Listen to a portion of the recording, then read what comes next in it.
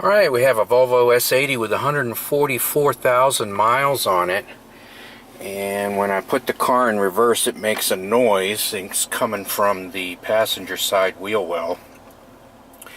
So let's put it in reverse. And I'm going to move the camera into the darkness and hopefully the sound will pick it up.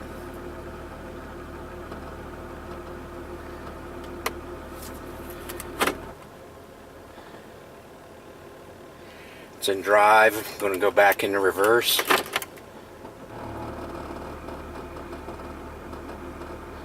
Alright, now I'll tell you what I think it is. So I can barely hear it in the engine compartment with the engine running, but I believe it's this motor mount right in here. Okay, here's our work environment. So the part is right underneath this bolt right here. And the reason I didn't replace it when I pretty much suspected that that was the problem was there were two reasons. One, this was obviously broken. I mean, the rubber was completely separated from the metal. So, you know, I kind of hoped that that would fix it. And the other reason was as I just did not want to get underneath the vehicle because the engine needs to be supported, at least with the tools I have, from underneath. Now I'm sure if I had an engine lift or some other device, I had something when I worked on BMWs, they were easy to support from the top to change the motor mounts. But anyway, so I just didn't want to get underneath the car and support the engine, but now I'm going to do that.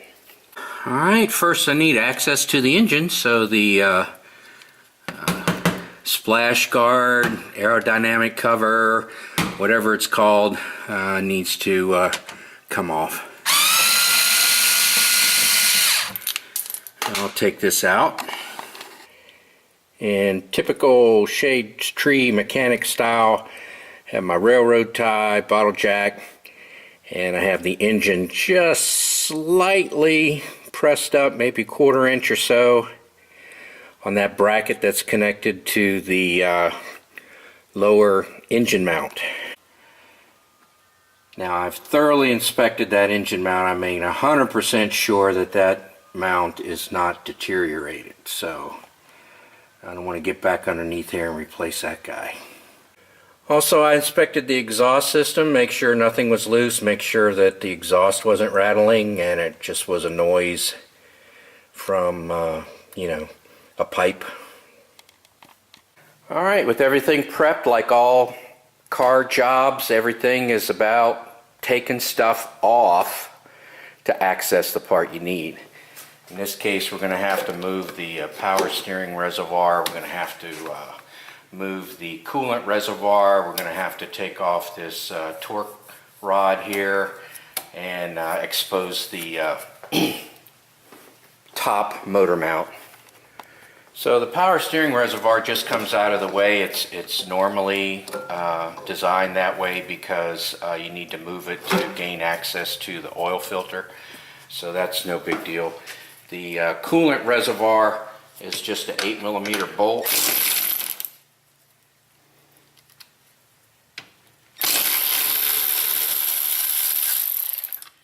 And then it's just kind of pressed in here, so we'll fold that out of the way.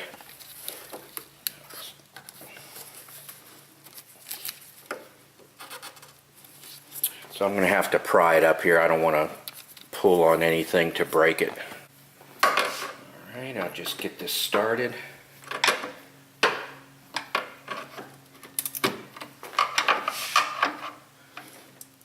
probably enough.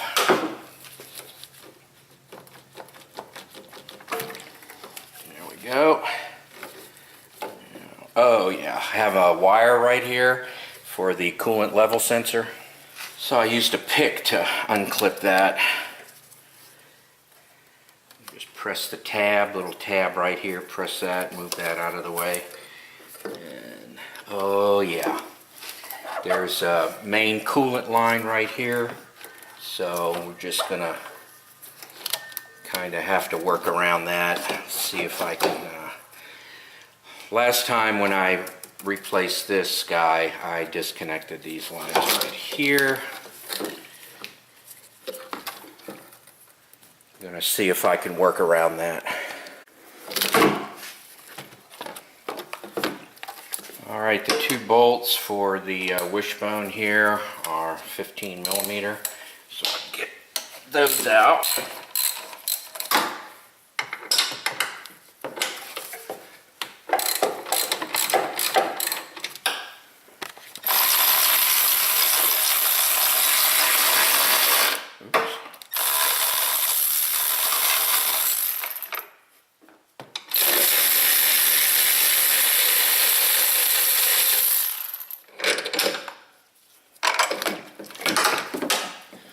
There's a long one and a short one. Right, this guy just comes right out. And this is why I had to support the engine, because this plate right here that sits on top of the motor mount needs to come off. And so you can't just take these bolts out, the engine will drop. So anyway. Alright, these are also 15 millimeter.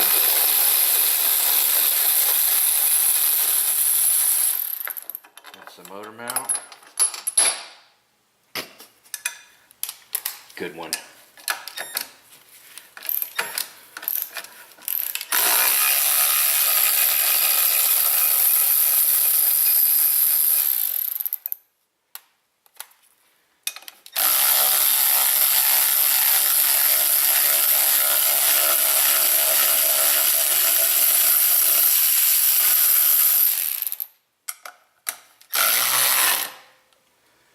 I saw the engine move, so let me make sure I'm all braced up there properly.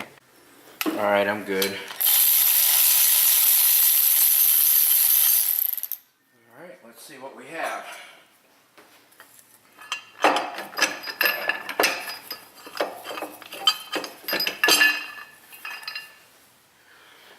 Well, first thing we're going to do is fish that bolt out.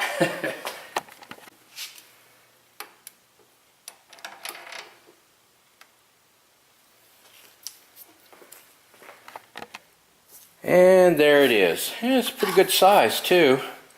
Anyway, the bolts are real easy to get to.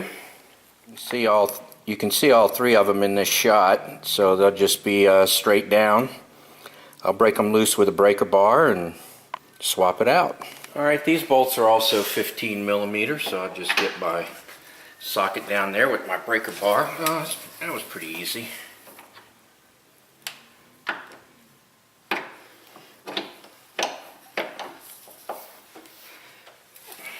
That one's easy.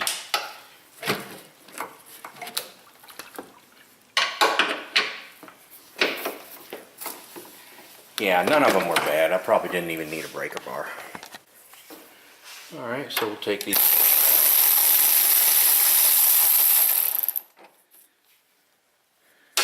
That's the front one. I'll put them back in the same places.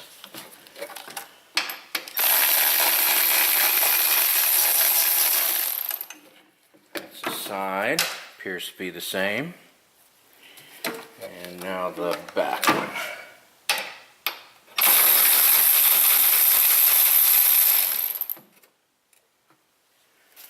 Alright, should lift straight out.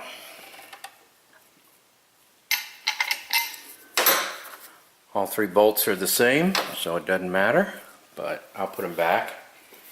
And here it is. How do I know it's bad? I don't know. I heard a noise in the passenger wheel well. I can't tell. I don't really see anything. Well, I do hear a noise. I'll try the new one and see what's going on. Oh yeah, as I was carrying it over to the bench, oil's just spilling out all over the place. Oh yeah. Okay.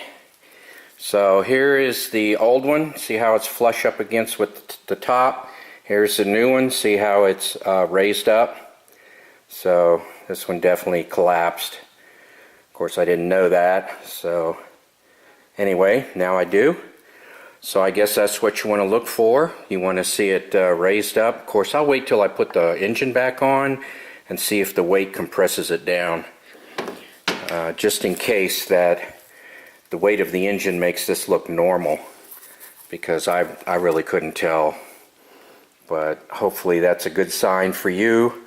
If you see it flush up against the top and there's a noise in your passenger wheel well, then you know what it is. So let's see if that's true or not.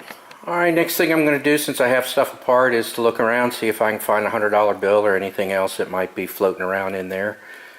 And we'll get it back together. Alright, new part in. So we'll just kind of put it in place here.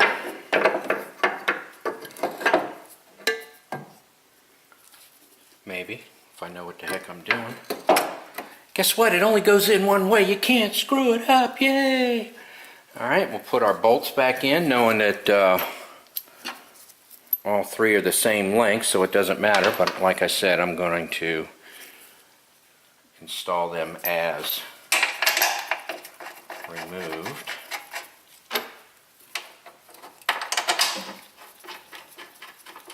So let me show you a little trick here. I can't remember who I need to give credit to, but you take a paper towel, put your nut over top of it, insert it into your socket, and there you go. Now you don't have to drop it into your engine compartment. You can just feed it right down in there.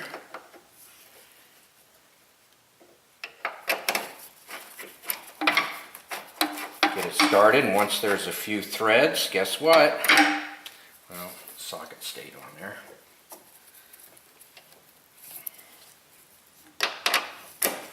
After you screw on a few threads, guess what?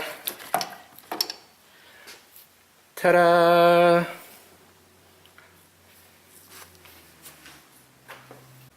And the bolt is in place. Alright, to cut the video a little bit short, I'm going to put the bolts back in, put the plate on top, screw all those down, torque them down to 20 foot-pounds, and then I'll click the video back on again. Okay, I stopped right here to record something real quick. It's really important. One thing I learned a long time ago, and it's especially important here, it just happened to me right here, right now, is you want to start all of your bolts, because what happened is I really couldn't get them all aligned correctly, so I started the motor mount bolt first, and then I got these guys going. So just make sure all your bolts are started, that way you know everything's aligned and it's not mis-thread, cross-thread.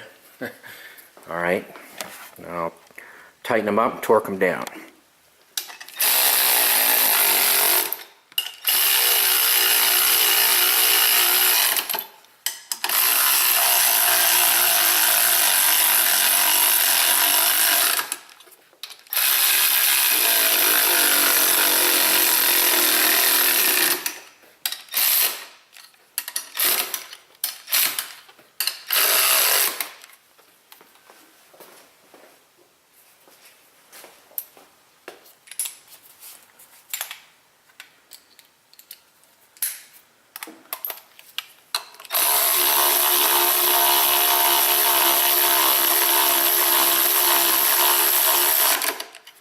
Alright, torque wrench.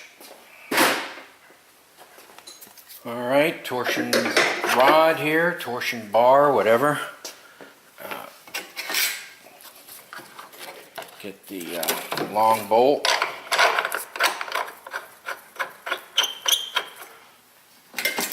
And the short bolt.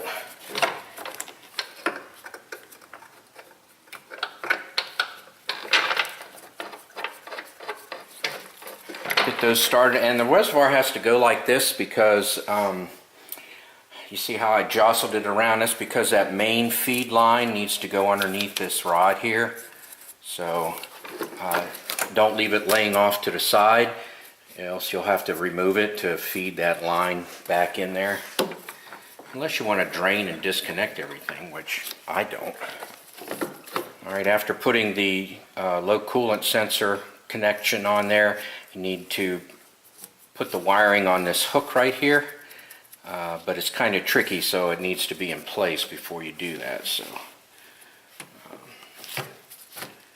we'll just put it back on its clip right here. Put our bolt back in place right here. Put this wire back on, which I said is tricky. Put your power steering reservoir in place, and we are done, except for relieving the pressure off of the engine from underneath and attaching our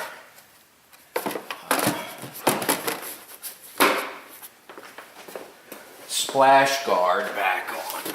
So, oh yeah, my little tissue trick. That's pretty cool. Don't forget that one. Add some little bit of water and alcohol here.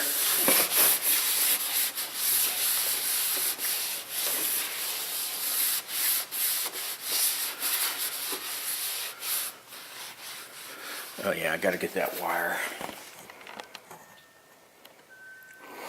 Alright, everything seems to be in the way, but if you look, there is a gap between the top of the black part of the motor mount and the bracket. So it looks like about a ½ inch from here, and whereas previously it was sitting down on it flush. So there's your indication that that motor mount is bad. So I'm going to start it up and see what we get.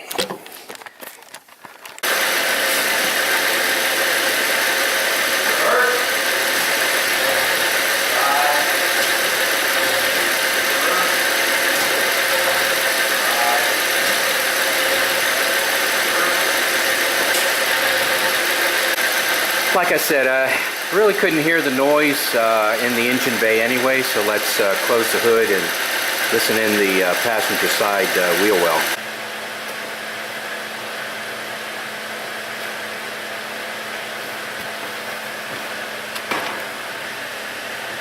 Reverse, drive, reverse, drive. Alright, so far so good. Thank you for watching.